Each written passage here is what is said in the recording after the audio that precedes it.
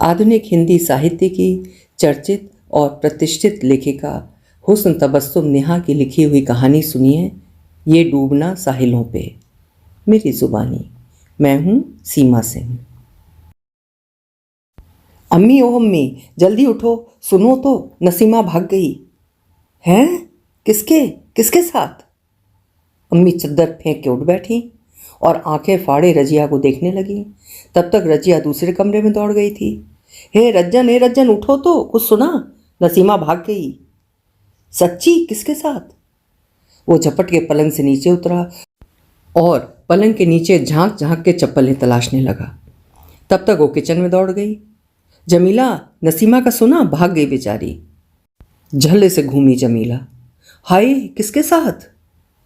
वो अनसुनी करके उल्टे पांव भाग आई और आंगन में पड़े पलंग पर बैठ मोबाइल पर नंबर डायल करने लगी।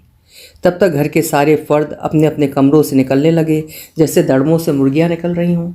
अभी फजर की सदा आने जाने को थी।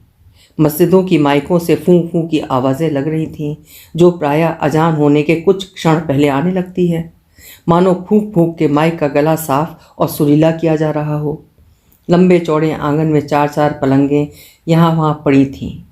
चारों पांचों फर्द आके चारपाइयों पर बेतरतीबी से सज गए। अम्मा हैंडपंप से पानी उतारने लगीं कि छड़ी टेकती हुई दादी भी अपने हुजरे से निकल आई। जमीला ने लपक के उनके कान में मुंह लगाया और चिल्लाई, दादी अम्मा, नसीमा आपा भाग गई। हैं? आ गई? कहाँ है? दिख नहीं रही नसीमा बेटी। कहते हुए दादी माँ चश्मा चढ़ाती इधर उधर देखने लगी।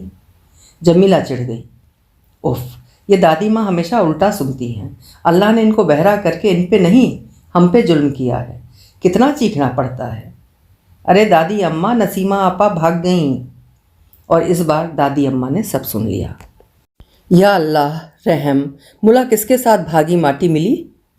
तब तक अम्मा हाथ मुंह धो वजू करके दादी अम्मा की तरफ बढ़ाईं और दुपट्टे के आंचल से हाथ मुंह पोंछती बोली, अभी यही तो पता नहीं, बड़ी अंधेर है भाई। दादी अम्मा उनकी बातों से बेखबर बड़बड़ाई जा रही थीं। क्या मालूम कब ये लड़कियां नाक कटवा दें। क्या बीत रही होगी शरीफ मियाँ पर। दरवाजे पर कल बारात आनी है और दुल्हन लापता। या अल्लाह। भाई रज्जब, अब इन दोनों को भी जल्दी से जल्दी ही निपटा दो। इज्जत से चली जाएं, वही बेहतर है। जमीला ने बुरा सा मुंह बनाया और किचन की तरफ बढ़ गई। रजिया कोने वाली चारपाई पे किनारे बैठी मोबाइल पर किसी गुफ्तगू में मशगूल थी। अम्मा नमाज पढ़ने लगी थी। अब्बा गुमसुम निरपेक्ष भाव से सब सुनते रहे, फिर मस्जिद की तरफ निकल गए। रजाक ढाबली में कैद कबूतरों, मुर्गियों और खरगोश के बच्चों को आज़ाद करने लगा। जमीला ने चाय की प्यालियाँ लाके रजाक और दादी अम्मा को पकड़ा दी। फिर रजिया को एक प्याली पकड़ा के वहीं उसी के पास बैठ गई। लेकिन बाजी, तुम्हें ये खबर दी किसने? रजिया ने मोबाइल बंद किया और खुफिया निगाहों से उसे देखा। सुगरा ने। सुगरा? हाँ, सुगरा के पास पर्चा लिखकर डाल गई है, उसी ने मुझे फ़ोन किया था। कहाँ जा सकती है, कुछ अंदाज़ा है? रजिया ने नाम में सिर हिलाया। क्यों ऐसा किया नसीमा आपा ने? अरे कुछ नहीं, बस अगर लड़की ज़हीन है तो उसके पास शोहरत भी है, तो समझो उसका बेड़ा गर्क। मर्दों की दुनिया ऐसी औरतों को बर्दाश्त नहीं कर पाती। उसे गूंगी बहरी लड़कियां पसंद हैं। कि आंगन का दरवाज़ा फड़ाक से खुला। रजिया, जमीला, कहाँ गई सब? हाँ चचा, आदाब। ये बताओ, वो कमबख्त नासपीटी इधर आई है? जी, वही नसीमा। क्या हुआ शरीफ भाई, खैरियत तो? अरे भाभी जान, क्या खैरियत, चली गई बेहया रुसवा करके। बारात दरवाजे पे खड़ी है और कहते हुए शरीफ मियाँ उल्टे पांव बाहर निकल गए। अम्मा चारपाई पर बैठती बोली, मगर ये नहीं पता चला भागी किसके साथ? रजिया झुंझलाई, तुम भी अम्मी, लड़कियों के भागने का क्या एक ही मतलब होता है कि वो किसी के साथ भाग गई? वे अकेली नहीं भाग सकती? उसके भागने की दूसरी वजह नहीं हो सकती? क्या उसके घर छोड़ देने की वजह सिर्फ इश्क ही होता है? हद कर दी। ओहो, तो आप नसीमा की वकालत करेंगी? करो भाई करो, दोस्त हो ना। नहीं अम्मी, दोस्त तो बहुत बाद में हूँ, पहले लड़की हूँ। लड़कियों को भी जीने का हक है, उन्हें भी जीने मरने के हक मिलने चाहिए। वे भी जानदार शय हैं, कोई लोहा कांसा नहीं कि अपनी मर्जी से जहाँ चाहा वहाँ जड़ दिया। कहाँ तो रिसर्च स्कॉलर और देश भर में मशहूर मकबूल शायरा जिस नशिस्त या मुशायरे में चली जाती है, महफिल में चार चांद लग जाते हैं। بڑے بڑے عہدیدار لوگوں کے ساتھ اس کا اٹھنا بیٹھنا ہے، کتنی عزت اور شہرت ہے اس کی، اور شریف چچا لائے ہیں اس کے لیے ڈھونڈ کر دھند میں ڈوبتا اتراتا ایک عدد بدرنگ گردش مند ستارہ۔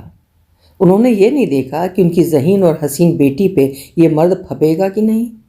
لڑکیوں کی خوشیوں کی قیمت صرف دولت سے کیوں لگائی جاتی ہے؟ کیا لڑکی کا خواب نہیں ہوتا کہ اس کا شوہر خوبصورت ہو، ذہین ہو، نوجوان ہو؟ کچھ بھی ہو، ہم لوگوں کا وقت تھا کہ ماں باپ نے جس کے بھی ہاتھ میں ہماری لگام دے دی چپ چاپ ان کے پیچھے چلی گئیں، زبان پہ اف بھی نہیں لایا گیا۔ تمہارے وقت میں تو لڑکیوں کو پیدا ہوتے ہی دفنا دیا جاتا تھا، وہ کیوں نہیں کیا؟ ہم اتنے بے رحم نہیں تھے۔ اور بیٹی کو بھاڑ میں جھونک دینا بے رحمی نہیں؟ بھاڑ میں کیوں؟ کیا کمی ہے اس آدمی کے ہاں؟ دولت پٹی پڑی ہے، کھیت بگیچے، بڑا سا حویلی نما گھر۔ بس بس رہنے دو امی۔ وہ تنک کے اٹھی اور کمرے میں چلی گئی۔ جمیلہ نے چٹکی لی، لو امی، ناراض کر دیا باجی کو؟ نئے دور کی چھوریاں دیکھو کیا گل کھلاتی ہیں، پیدا ہوتے انہیں دفنا دیا گیا ہوتا تو زیادہ بہتر ہوتا۔ بھائی رزاق، کہاں الجھے ہو کبوتروں میں، کبھی فضل بھی پڑھایا کرو۔ رزاق نے ہو ہنس کے بات ہوا میں اڑا دی اور امی کے پاس آ کے بیٹھ گیا۔ امی لاؤ 500 روپے دے دو، فیس جمع کرنا ہے۔ 500 فیس؟ ہاں، 5 مہینے کی فیس ہے۔ اور وہ جو 4 مہینے سے دے رہی ہوں وہ؟ اوفو امی، تم بحث کتنا کرتی ہو ذرا سی بات پر۔ یہ ذرا سی بات ہے؟ فیس بتا کے لے جاتے ہو اور گل چھرے اڑاتے ہو، یہ ذرا سی بات ہے کہ 4 سال سے انٹر میں ہی لٹکے ہو، ساتھ والے آگے بڑھ گئے، تم سے چھوٹی جمیلہ تم سے پیچھے تھی اور آج آگے چل رہی ہے۔ تو فیل ہو جاتا ہوں تو میں کیا کروں؟ کیوں فیل ہوتے ہو؟ لڑکیاں فیل نہیں ہوتی، ان پر گھر کے کاموں کا بوجھ ہے پھر بھی اول آتی ہیں۔ تم ہٹو ہٹو، گھومتے ہو تم پھٹکارتے، پڑھائی کے نام پہ پھر بھی ٹھینگا، خرچے تمہارے راجکماروں جیسے۔ تم سے بھلی تو لڑکیاں، خدا نے تیری جگہ ایک اور لڑکی کیوں نہ دے دی، آج جی تو نہ جلتا۔ اور ابھی جو لڑکیاں پیدا ہوتے ہی دفنا دینے کی بات کر رہی تھی وہ؟ یہ لو 500 روپے اور دفع ہو جاؤ۔ کرتی ہو وہی کام مگر دنیا بھر کا بھگ جھک کے بعد۔ جاتا ہوں کہتے ہوئے رزاق نے روپے امی کے ہاتھ سے جھٹک لیے تو جھاڑو لگاتی جمیلہ نے برا سا منہ بنا کے امی کو گھور دیا۔ امی کچن میں گھس گئیں۔ رضیہ اسکول کے لیے تیار ہونے لگی۔ نزدیکی مانٹریسری اسکول میں وہ ادھیاپکا ہے۔ تبھی امی کی آواز کمرے میں چھنکی، رضیہ آج تو چھٹی کیوں نہیں کر دیتی؟ نہیں امی، آج الپ سنکھیوں کا وظیفہ بنٹنا ہے، جانا ضروری ہے۔ او ہو، تو کیا نورا کی بیٹی بھی پائے گی وظیفہ؟ ہاں بالکل۔ تب ٹھیک ہے، بیچاری کے آنگن کی دیوار تعمیر ہو جائے گی، اس کے سہارے کب سے کھلے میں رہ رہی ہے۔ امی، یہ وظیفے گورنمنٹ گھر تعمیر کرنے کے لیے نہیں، بچوں کی پڑھائی جاری رکھنے کے لیے دیتی ہے۔ رضیہ کمرے سے نکلتی ہوئی بولی، ارے بس رہنے دو، موئی گورنمنٹ کیا یہاں دیکھنے آتی ہے؟ ہاں یہ تو ہے، کہتے ہوئے صدر دروازے کی طرف بڑھی کہ وہاں تک پہنچنے سے پہلے ہی دروازہ دھکے سے کھل گیا۔ ابا لوٹ آئے تھے۔ وہ باہر نکل گئی۔ ابا نے جمیلہ کو آواز لگائی، بھائی جمیلہ، چائے وائے ملے گی؟ سنتے ہی امی چہکیں، ارے کچھ سنا تم نے؟ ہاں سنا ہے، یہیں سے سن کر گیا ہوں، ایک بات 10 دفعہ بتاتی ہو، دوسروں کی کھلی اڑانے میں بڑا مزہ آتا ہے۔ اور سنو، تمہیں ریوڑیاں بانٹنے کی کوئی ضرورت نہیں ہے، خاموشی سے گھر میں بیٹھنا، سب اللہ کی مرضی۔ شریف میاں بھی کم خطاوار نہیں، بھائی بچوں کے ساتھ انصاف کرو، ان کی خواہشات کی قدر کرو، ہم ہی انہیں نہ سمجھیں گے تو کون سمجھے گا؟ جیسے جمیلہ کے منہ کی بات چھین لی تھی ابا نے، کھلکھلا پڑی۔ امی نے سک پکاتے ہوئے اسے گھور کر دیکھا، پراٹھے بیلنے لگی وہ۔ لمبے چوڑے آنگن میں شریف میاں پیترے بھانج رہے تھے۔ بڑے سے اس آنگن میں 4-5 پلنگیں بچھی ہوئی تھیں، جس میں سے ایک پر ان کی بیگم یعنی نسیمہ کی امی اور ذلا زلط بھائی بیٹھا تھا۔ بیگم کا چہرہ بجھا ہوا تھا، آنکھیں سوجی سی تھیں، بھائی کی آنکھوں میں خون اترا تھا۔ باقی پلنگوں پر شادی میں شرکت کرنے آئے مہمان بیٹھے تھے، عورتیں بچے یہاں وہاں چھترے تھے، کمرے برآمدے میں بھی گچ پچ تھے، مگر نتانت سناٹا۔ آنگن میں ایک طرح کی وحشی خاموشی پلتیاں کھا رہی تھیں۔ آواز آتی تھی تو صرف شریف میاں کی، اور لگتا گھر میں شریف میاں کے سوا دوسرا کوئی ہے ہی نہیں۔ سگرا البتہ کالے اندھیرے کمرے میں دبکی پڑی تھی۔ شریف میاں اپنی بیگم کو کاٹ کاٹ کھانے کو دوڑ رہے تھے۔ تو نے ہی عورت، تو نے ہی لڑکیوں کو آوارہ بنا ڈالا، دے پڑھائی، دے پڑھائی، بس بس پڑھائی۔ कितना मना किया लड़कियों को मत पढ़ा, स्कूल मत भेज, मगर नहीं, तूने तो लड़कियों को आवारा बनाने की कसम उठा रखी थी। और यही नहीं, वो नसीमा के खालू से मुखातिब थे। शहजादी साहिबा बेहतरीन गज़ल निगारा भी थीं, मुशायरे में पढ़ने भी जाती थीं, मर्दों के बीच बैठ के रदीफ काफिये की ऐसी की तैसी की जाती थी। गलती तुम्हारी है, जब वो इस शादी के खिलाफ थी तो क्यों उस पर दबाव डाला, अपनी उम्र का दूल्हा अपनी बेटी के लिए तजवीज़ किया। अम्मी से बर्दाश्त ना हुआ, बोल गईं, हाँ हाँ तो तू ही लौंडा तलाश लेती। अरे ज़हूर मियाँ बड़ी मुश्किल से यही राज़ी हुआ था। यहाँ तो लोग उसकी काबिलियत और शोहरत की जमकर तारीफ़ करते हैं, मगर जब उनसे इसकी शादी की बात की जाती तो सुनने वालों के होश उड़ जाते, सांप सूख जाता। सितारे दूर से भले ही शौक लगते हों बेगम, मगर उन्हें गदेली पर उठा लेने का रिस्क कोई नहीं लेता। बहरूनी लड़कियों को भी कोई पूछता है, जो लौंडों की तरह हटो हटो घूमती फिरती हैं, वो भी बेनकाब बेशरम ने बस नाक कटवा के रख दी। क्या जवाब दूँ सबको? अब छोड़ो भाईजान, जाने दो, जो हो गया हो गया। ओहो, जाने दूँ? कैसे जाने दूँ? तू मत बोलना है ना, तू कम नहीं। तुम दोनों फूफो भतीजी की मिली भगत थी, उसे चढ़ाने में तूने भी कोई कसर बाकी नहीं रखी थी। तुम्हारे आगे भी बेटियां हैं, अल्लाह तुम्हें भी दिखाएगा, जैसा मेरा घर बर्बाद किया है। मेरे साथ कुछ नहीं होगा भाईजान, मैं अपने बच्चों की मर्ज़ी के खिलाफ कुछ नहीं करने जा रही। और अगर कहते हो मैंने तुम्हारी बेटी को बिगाड़ा है तो ऐसा ही सही, क्या कर लोगे मेरा? कहती हुई कमरे में घुस गई और अपना सामान पैक करने लगी। कोने में गुड़मुड़ पड़ी सुगरा दौड़ के लिपट गई। मत जाओ फूफी, या तो मुझे भी ले चलो, अब्बा मुझे मार डालेंगे, बड़े बेहिस हैं ये लोग। क्या करूं बिटिया, मजबूर हूं, वरना हूं तो मैं भी इसी घर की बेटी। वो कुछ देर सुगरा को लिपटाए बैठी रहीं, फिर एक झटके से अलग किया और सामान उठा के बाहर निकल गईं। पीछे पीछे उनके शौहर और बच्चे हो लिए, किसी ने रोका तक नहीं। अब सुगरा की बारी थी। एक दहाड़ सुनाई पड़ी, सुगरा, ओ सुगरा की बच्ची, बाहर निकल। सुगरा कांपती से सिर झुकाए आंगन में आ खड़ी हुई। कहाँ गई है वो हरामजादी? जी, वो गई है अपने लिए जन्नत का रास्ता ढूंढने। कहना था कि एक जोरदार थप्पड़ उसके गालों को सुझा गया। बड़ी शायरी आती है, शायराना जुबान बोलती है मुझसे। उसने यही कहा था अब्बा, और कहा था वो नहीं आएगी।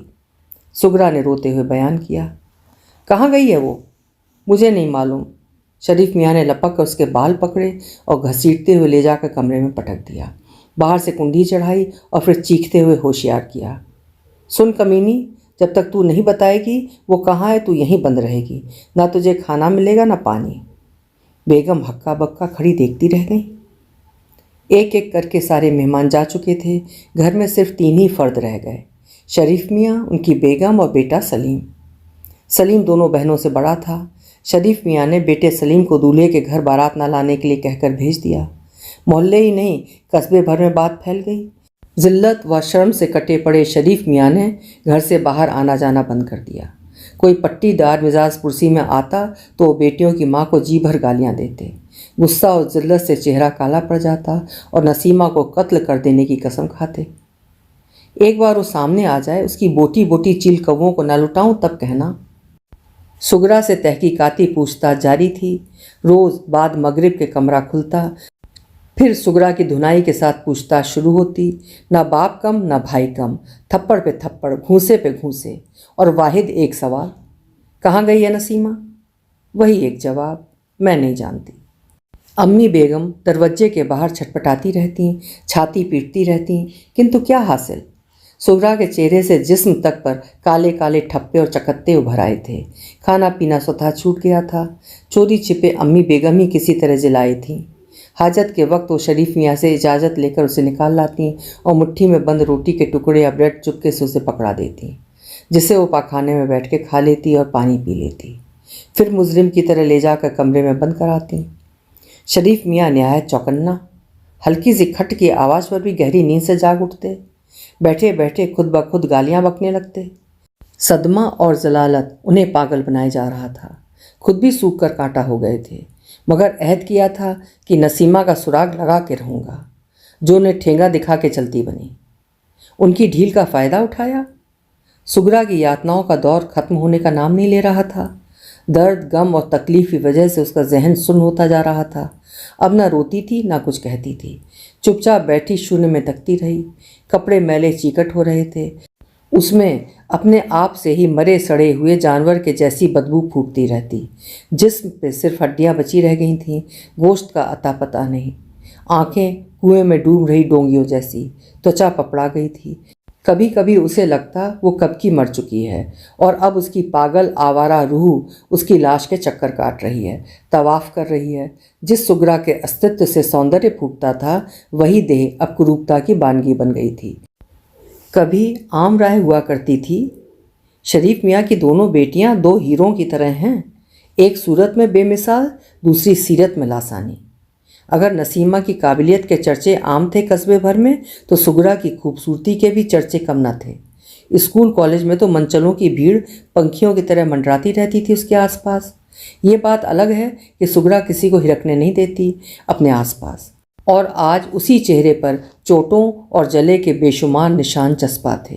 مغرب کی اذان ہوتے ہی وہ کوڑے کھانے کی تیاری کر لیتی، حالانکہ اب وہ معذور اور لاچاری میں جی رہی تھی۔ اب جیسے یاتنائیں ہی اس کا پراربدھ بن گئی تھی۔ کھڑی ہونے کی طاقت نہیں، رونے تک کی ہمت نہیں، کواڑے کھلتے ہی کھڑی ہو جاتی۔ شریف میاں تپتی کرچھل اور دوسرے ہاتھ میں دوہری کی گئی کیبل لیے داخل ہوتے، پھر سلگتی کرچھل اس کے ریشمی جسم کو داغنے لگتی، دوسری طرف سے کیبل کے کوڑوں کی برسات، جہاں پڑ جاتی وہاں گھاؤ بن کے پانی چھوٹنے لگتا۔ اس ایک وقت میں باپ شیطان بن کر اترتا۔ اب نہ سگرا کو یاد رہ گئی تھی اس یاتنا کی وجہ، نہ شریف میاں کو۔ وہ اپنی اپنی ڈیوٹی نبھاتے ہوئے حسب معمول اپنے کاموں کو انجام دیتے۔ سوا سان سے چولہا جلتے ہی ایک کانسے کی کرچھل کا پچھلا حصہ چولہے میں کھوس دیتے۔ امی دیکھ دیکھ کر ہلاستی رہتیں، منہ پہ آنچل دبا دبا کے سسکتی رہتیں، ہاتھ پاؤں جوڑتی رہتیں، مگر وہ انسان ہوں تب نہ۔ امی بیگم کی ایک نہ چلتی۔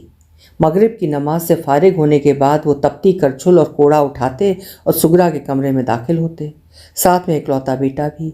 امی بیگم کلیجہ تھام کے بیٹھ جاتی۔ سگرا سارے امتحانات سے گزر کے خاموشی سے چپ چاپ پلنگ پہ پڑ رہتی، من ہی من کوستی، نسیمہ آپا، تم تو جنت کا راستہ ڈھونڈنے نکل گئیں اور مجھ غریب کو دوزخ کے حوالے کر گئیں۔ تم تو جنت پا ہی جاؤ گی، مگر یہ دوزخ مجھے قبر میں پہنچا کے ہی چھوڑے گی۔ ایک صبح نسیمہ نے رضیہ کو فون کیا تو رضیہ پھٹ پڑی۔ اے نسیمہ کی بچی، تو نکل بھاگی دوزخ سے اور سگرا کو چھوڑ گئی سلگنے کے لیے؟ تو کیا کرتی؟ اس 55 سال کے گدھے سے نکاح پڑھوا لیتی جسے اپنا نام بھی لکھنا نہیں آتا؟ میں خودکشی کر لیتی یا پھر اس کے بچے پیدا کر کر کے ریگا ہوتی رہتی؟ کیا تم نے نہیں کہا تھا کہ اس آدمی سے شادی نہ کرنا کسی بھی قیمت پر؟ اور کیا ابا نے نہیں کہا تھا کہ مجھے ان کے گھر میں رہنا ہے تو ان کی باتیں ماننی پڑیں گی، شادی کرنی ہی پڑے گی؟ کس کی بات مانتی، تمہاری یا ان کی؟ ویسے سچ پوچھو تو نہ تمہاری نہ ابا کی، میں نے اپنے دل کی آواز سنی، وہی مانی۔ رضیہ، یہ ہمارے معاشرے کے لوگ اپنی بیٹیوں کے لیے شوہر نہیں ڈھونڈتے، ایک مرد ڈھونڈتے ہیں۔ مرد، صرف ایک عدد مرد، وہ لولا بہرا اندھا لگڑا کچھ بھی ہو، اس سے انہیں کوئی سروکار نہیں۔ سو تو درست ہے نسیمہ، مگر اب سگرا کا کیا ہو؟ وہ تو قید کر لی گئی ہے، اجالے کا منہ تک نہیں دیکھ پاتی۔ تیرے ہٹلر ابا نے ہمارے آنے جانے پر بھی روک لگا دی ہے۔ یہ سب بیکار کی باتیں ہیں۔ ظلم تب تک ہی اپنے وجود میں ہے جب تک ظلم سہنے والے باوجود ہیں۔ میں کہتی ہوں ظلم کیوں سہا جائے، وہ سگرا ہو یا کوئی بھی۔ میں نے اس سے ساتھ آنے کو کہا تھا، وہ نہیں آئی۔ رضیہ، یہ وہی ماں باپ ہیں کہ بچپن میں ہم جس کھلونے پر انگلی رکھ دیتے تھے یہ بغیر اس کی قیمت پوچھے ہماری جھولی میں ڈال دیتے تھے۔ کپڑے گہنوں کے لیے ہماری پسند کا خاص دھیان رکھا جاتا تھا، لیکن جب زندگی کا سب سے اہم فیصلہ لینا ہوا تو ہماری پسند ناپسند درکنار کر دی گئی۔ ہمارے سماج کے مردوں کی وہ کیفیت ہے کہ اگر ان کی بہن بیٹیوں کی خوبیوں کی کوئی غیر مرد تعریف ہی کر دے تو ہمارے باپ بھائی کی گردن شرم سے جھک جاتی ہے، غیرت کے مارے پانی پانی ہو جاتے ہیں۔ ہماری خصوصیات بھی ان کے لیے غیرت کی چیز ہے۔ اب لیکچر چھوڑ، بتا تو ہے کہاں؟ پہلے بتا کوئی آس پاس تو نہیں ہے؟ نہیں، وہ ادھر ادھر کنکھیاتی بولی۔ تو سن، میں نے جون پور میں تلک انٹر کالج میں نوکری کر لی ہے۔ یہاں کی پرنسپل صاحبہ بھی مشہور شاعراں ہیں، انہی کے گھر میں میں رہ رہی ہوں، بہت اچھی انسان ہیں۔ تمہیں اتنا کرنا ہے، سگرا سے کسی طرح ملو اور اسے کسی طرح وہاں سے نکلنے کو کہو۔ वहाँ से जौनपुर के लिए सीधी बस मिलती है, वो बस पकड़ कर आ जाए, मैं बस स्टॉप पे ही मिलूँगी। अपना पता भी तुम्हें SMS किए देती हूँ, सुगरा को दे देना, मेरा नया सेल नंबर भी। तुम्हें ये काम कैसे भी करना है, और देखना इस बात की किसी को भी भनक ना लगे। ठीक है, तुम अब फ़ोन बंद करो। दिन भर सुगरा पड़ी पड़ी रोती रहती, सोती रहती। समझ नहीं आ रहा था कैसे इन जल्लादों से छुटकारा पाया जाए। अभी जब 1 घंटा पहले आंख लगी तो नसीमा सामने खड़ी थी। वो कह रही थी, सुगरा मैं सलमा के ससुराल में हूँ और मज़े में हूँ। वो चौंक कर उठ बैठी। आंख खोला तो सामने की आकृति गायब। जिस्म फोड़े सा दुख रहा था, करवट लेना मुहाल। उठते बैठते तड़प ही तड़प, टीस ही टीस। खड़ी होने तक की हिम्मत नहीं। महीने भर से यही हाल, और जाने कब तक, शायद मौत आने तक। आज उठने की ताकत नहीं, अब तो जिस्म घावों से भर गया है, घाव सड़ने भी लगे हैं। पानी सा रिसता है, बदबू मारता है, नाक नहीं दी जा रही। वो धीमे धीमे हाथ पांव हिला हिला कर देखने लगी, जान है कि नहीं, कि मगरिब की अजान की सदा आई।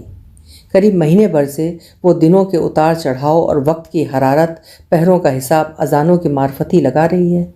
अब फज्र, अब ज़ोहर, अब असर, अब मगरिब और अब ईशा, यानी एक दिन पूरा हुआ। खैर, उसने मगरिब की सदा सुनते ही आंखें भींच लीं। या अल्लाह, अब तो इस पाकीज़ा पुकार से ही घिन आती है। यहीं से शुरू होती है मेरी जानलेवा तलखियाँ। इस सदा के साथ ही कानों में शीशे घुलने लगते हैं, जी की टीस बढ़ जाती है। क्या करूं अल्लाह। अभी वो अपने ज़ख्मों को सहला ही रही थी कि धड़ाक से दरवाज़ा खुला। वो काँप गई। बोल, कहाँ गई है वो हरामजादी? आज नहीं बताया तो मार डालूंगा जान से। रोज़ रोज़ की मारा मारी से थक गया हूँ अब। नसीमा के अब्बा, रहम खाओ, तुम्हारी ही औलाद है। चुप, ज़्यादा ममता मत दिखा। अब्बा अब्बा बताती हूँ, बाजी सलमा के ससुराल में है। सुनते ही शरीफ मियाँ बेगम की तरफ मुड़े। देखा, इतनी कटाई ना करते तो ये खुलती, और केबल फेंक कर बाहर निकल आए। फिर बेटे से बोले, सलीम मियाँ, सुबह सुल्तानपुर रवाना हो जाओ, फ़ोन मत करना, अचानक छापा मारो। जी अब्बा। जब तक नसीमा आ नहीं जाती है यहीं नज़रबंद रहेगी। मैं यहीं रह के निगरानी करूँगा। तुम्हारी माँ कम छत्तीसी नहीं, ये अपना रंग दिखाएगी ज़रूर। सुगरा की जान में जान आई थी। निढाल सी पलंग पे पड़ रही, दरवाज़ा बाहर से बंद, बेजान सी पड़ी रही वो, जैसे गार में गिरते गिरते रह गई हो। सांसें तेज़ी से उठ गिर रही थीं। उफ़ अल्लाह, जान बची। लेकिन क्या नसीमा बाजी सचमुच सलमा के यहाँ होंगी? ना हुई तब इस बार तो सिर ही कलम कर दिया जाएगा। इस अंगारों वाली सज़ा से बचने के लिए तूफ़ानों वाली सज़ा क्यों तजवीज़ ली? भूख प्यास खत्म। अम्मी ने 2-3 बार दरवाजे पे हल्के हल्के खटपट से इशारे किए कि झरोकों से रोटियां ही पकड़ ले, मगर वो बेसुध सी पड़ी रही, जैसे अब उसे जिस्म जिलाए रखने की ज़रूरत ही नहीं रह गई। उधर पीठ किए पड़ी रही। अम्मी बेगम को अब्बा ने कमरे के नज़दीक देखा तो घुड़क दिया। वो थके कदमों से लौट गई। धीरे धीरे सुगरा भी नीम बेहोशी में चली गई। जाने वो गश था या नींद। सुबह फज्र पढ़ के ही सलीम सुल्तानपुर के लिए निकल लिया। अब्बा पहरे पर बैठ गए। आज वो नमाज़ें उसी कमरे के दरवाजे के बाजू में ही अदा कर रहे थे।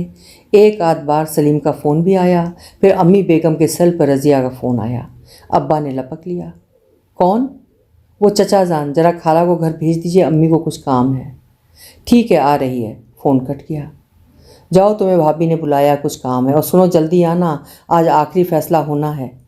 भीतर सुगरा सुन सुनकर कलप रही थी। अब क्या होगा, कैसे होगा? बकरे की माँ कब तक खैर मनाएगी? अम्मी बेगम बुर्का डालकर चली गईं। पहुँचते ही रज़िया उन्हें सीधे अपने कमरे में ले गई। चची जान, नसीमा का फ़ोन आया था।